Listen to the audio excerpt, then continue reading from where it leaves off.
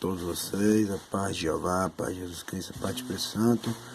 Hoje nós vamos aprender Deuteronômio capítulo 14. Resumo do capítulo. Seja bem-vindo a esse canal Simão da Salvação de Simão. Esse capítulo continua o tema de adoração sobre o pacto mosaico introduzido em Deuteronômio 12. Israel deve comer somente alimentos puros, 14:1, 21, e pagar os dízimos requeridos, versículo 22 e 29. Mas a adoração envolve tanto aspectos de relacionamentos interpessoais como relacionamento direto com Deus. Os israelitas adoram a Deus por serem sensíveis ao pobre, por cancelarem dívidas no 7º ano. 15:1-11. Israelitas adoram por liberarem escravos hebreus após 6 anos de serviço, versículo 3:18. Assim como por separarem cada animal primogênito para Deus, versículo 19-23. Celebrar a bondade de Deus nas 3 importantes festas: Páscoa, Semanas e Tabernáculo, 16:1-17. Versículo-chave 15:4-5. Um relacionamento correto com Deus transformará a sociedade. A aplicação pessoal, a adoração vai além do domingo. Conceito-chave: puro e impuro. P82, dízimo. P103. Escolha de Deus por Israel. P124. Amor fraternal. P690. 867. Escravidão. P90. Trabalho. P28. Páscoa. P59. Pobre e oprimido. P90. Destaque. Luto. O que é luto? 14:1-3. Os rituais pagãos do luto não são apropriados para um povo que Deus escolheu. Nosso relacionamento com Deus transforma a morte em um tipo de acontecimento diferente daquele para quem não o conhece. O que é essa palavra? Porque do jogo de pratos. 14:21b. Ninguém sabe a razão da ordem de não cozinhar um cabrito novo no leite de sua mãe. Porém, o judeu ortodoxo mantém 2 jogos de pratos, um para a carne e o outro para derivados do leite, para que esta ordem não seja violada por acaso. O que é essa palavra sempre?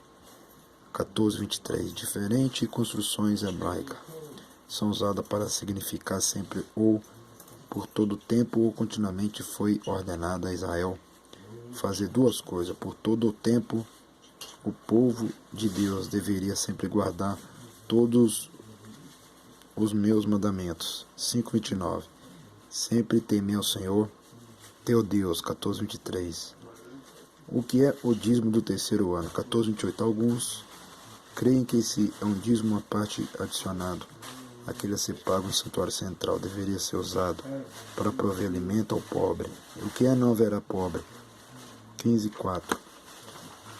Não há nenhum conflito entre os versos 4 e 11 que dizem: nunca deixará de haver pobre na terra. A terra em si era rica, sem pobreza não era necessária.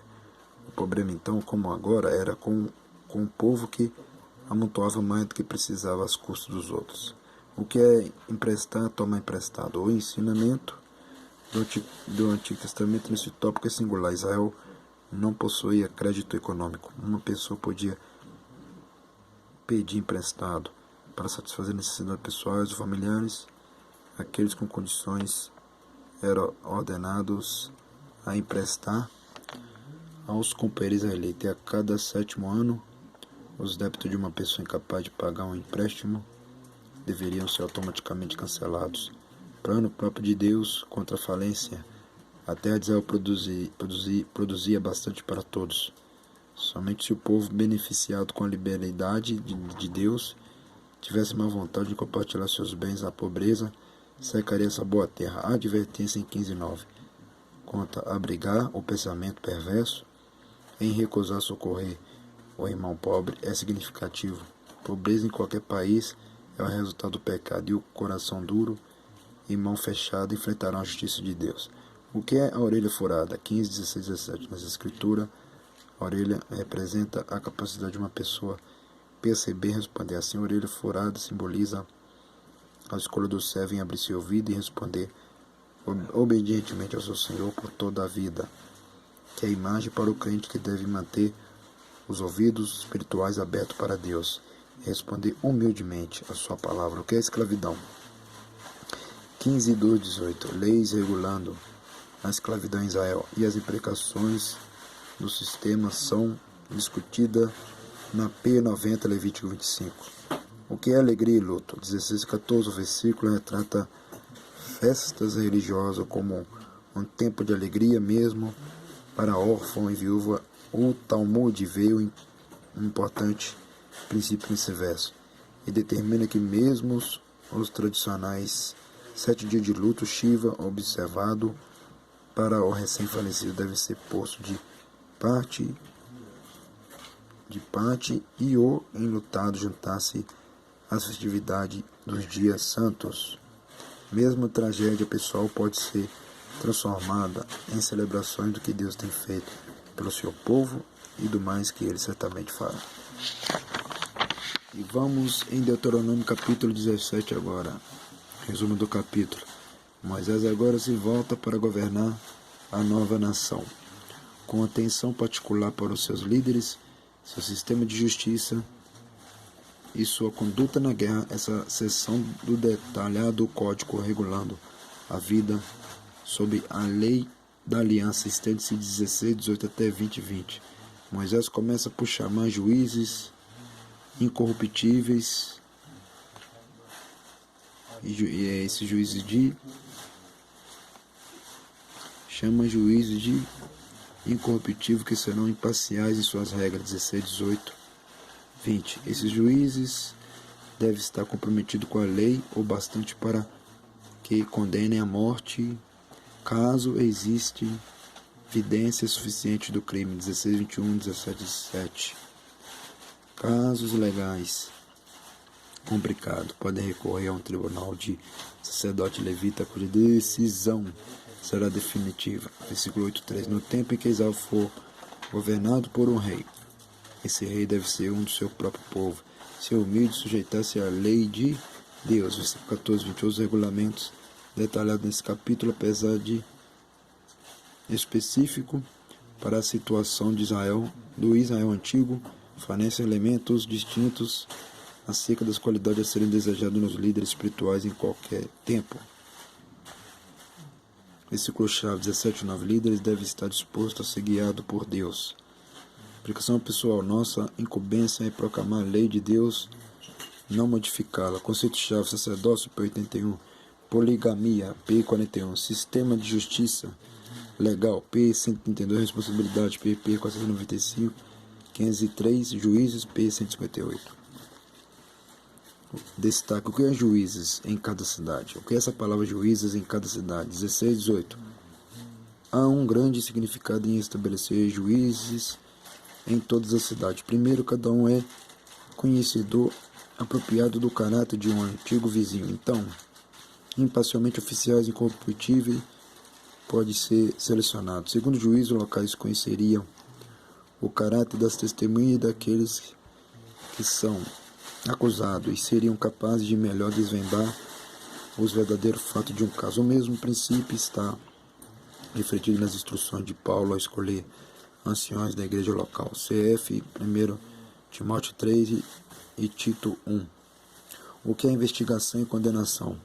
17:4-6. Todos em Israel eram responsáveis pela pureza da comunidade. Mesmo rumores deveriam ser relatados aos juízes locais, que então investigavam quem pudesse testemunharia, e no caso de condenação deveria ser o primeiro a cumprir a sentença do tribunal. O cidadão cristão nunca deve alegar não quero ser envolvido. O que é a Suprema Corte? 17:9. Juízes locais poderiam decidir os fatos, embora não fosse versado o bastante na lei para promulgar um decreto. Assim, Moisés estabelece uma corte sacerdote e juiz mais alta e decisiva. Esse sistema foi adotado por Josafá 872 e 848 a.C., segundo a Crônica 19:5-11.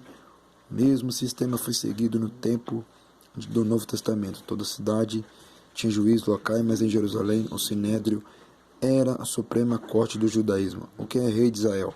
Nos tempos bíblico, o rei Ebed-Meleque era uma pessoa responsável por todas as funções conhecidas nos modernos sistemas do governo. E emitia leis, era o executivo maior e também servia como juiz superior no Israel primitivo. Essas funções eram descentralizadas, Deus era reconhecido como rei e sua lei era a divina legislação aplicada pelos oficiais locais. Essa passagem em Deuteronômio prevê um tempo quando Israel teria um rei humano e estabelece duas diretrizes para o desempenho do rei. Primeiro, o rei deveria continuar sendo um homem do povo, isto para demonstrar repúdio aos símbolos de poder adotado pelos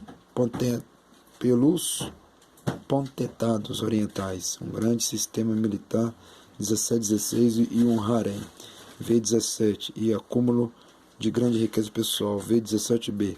Somente um rei que fosse humilde e permanecesse humilde poderia servir tanto ao povo como a Deus. Segundo, o rei deveria ter uma cópia pessoal da lei de Deus e lerá todos os dias da sua vida, V19. Versículo 19. Isso tinha um poderoso significado simbólico. No Antigo Oriente, os reis vassalos eram providos com cópias de tratados entre seus povos e o grande rei. Sobre eles, a cópia pessoal da lei de Deus, mantida pelo rei, confirmava seu papel como um governador subordinado a Deus, como verdadeiro e grande rei de Israel. Novamente, há um paralelo com a moderna liderança espiritual. Líderes cristãos devem também ser homens do povo que rejeitam símbolos que podem exaltá-los sobre aqueles a quem servem. Nós também lideramos outros sob Deus e não temos nenhuma autoridade exceto aquela que vem do entendimento da sua palavra. Igual aqui, ó. Entendimento da sua palavra é isso aqui, igual eu estou fazendo nessa madrugada, né? Que já é 1h12 da madrugada. Hoje nós aprendemos tópico focalizado no esboço, considerar, aliança, comprometer, conclusão. Nós aprendemos tudo que foi falado aqui. Vamos orar agora. Soberano Jeová, Jesus Cristo, abençoe somente os inscritos que estão aprendendo com culto aqui todos os dias e também lá no Facebook. Amém e amém. A vitória é só para quem está ligado, não desligado. Amém. Até o próximo vídeo.